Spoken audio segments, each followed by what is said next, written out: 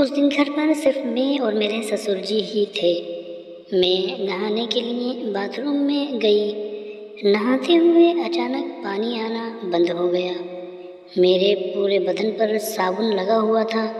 अचानक पानी आना बंद हो गया होने की वजह से मुझे परेशानी होने लगी और घर पर ससुर जी के अलावा कोई नहीं था। मम्मी जी भी मंदिर गई हुई थी। मेरे पति और देवर जी अपने ऑफिस गए हुए थे। मैंने मजबूर होकर आवाज़ लगा दी अपने ससुर जी को। ससुर जी फ़ौरन जल्दी से बाथरूम। कुछ समय पहले ही शादी हुई थी मेरी, इसलिए मुझे अपने ससुराल के तौर तरीक़े पता नहीं थे। लेकिन मेरी सास बहुत अच्छी हैं। वो हमेशा मुझे अपनी बेटी की तरह प्यार करती हैं। और मेरा एक देवर भी है जो अभी बहुत कम उम्र है।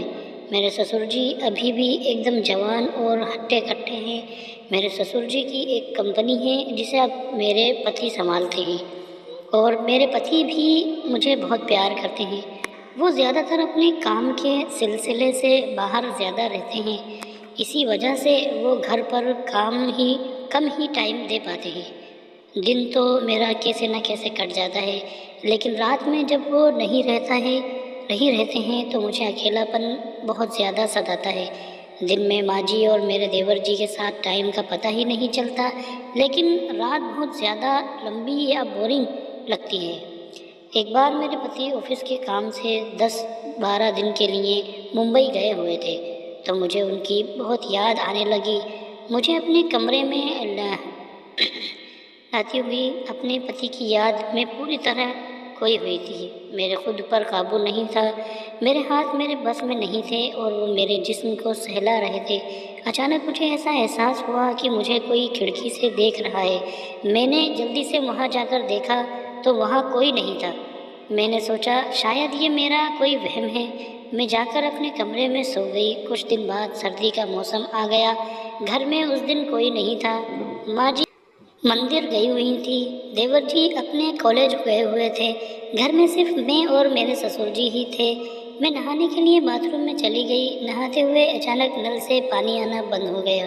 मेरे पूरे बदन पर साबुन लगा हुआ था। मैंने ज़ोर से अपने ससुर जी को आवाज़ लगाई।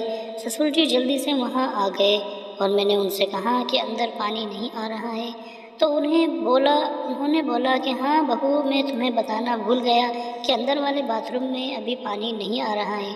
मैं तुम्हें बाहर से बाल्टी में पानी लाकर देता हूँ। ससुर जी बाल्टी में पानी लेकर आए और उन्होंने बिना आवाज़ लगाए अचानक ही दरवाज़ा खोल दिया। मेरे जिस्म पर साबुन लगा हुआ था, इसलिए मैं टॉवल भी नहीं ले पाई। मैं बिल्कुल जैसे अपने होश खो बैठी थी। ससुर जी अब मुझे एक हवस भरी निगाहों से देखने लगे। मेरे ससुर जी अब मेरे जिस्म के बहुत करीब आ गए। मैं उनका मजबूत जिस्म अब महसूस कर रही थी। मेरी सांसें अब और तेज़ होने लगी थी। जिस तड़प को मैं अपने पति के लिए महसूस कर रही थी, शायद आज वो पूरी होने वाली है। अब धीरे धीरे मेरा डर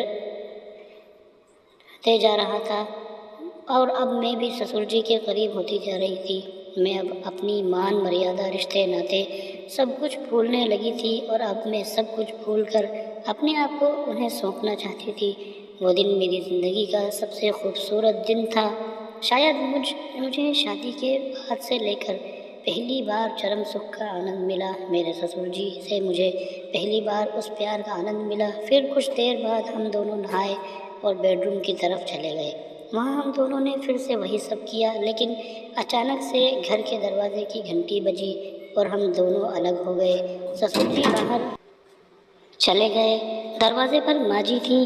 उसके बाद जब भी हम दोनों को मौका मिलता, हम दोनों खूब प्यार करते। कहानी का अगला भाग देखने के लिए हमारे साथ बने रहें। और चैनल को सब्सक्राइब करें। कहानी अच्छी लगी हो तो अपने दोस्तों के साथ शेयर ज़रूर करें। धन्यवाद।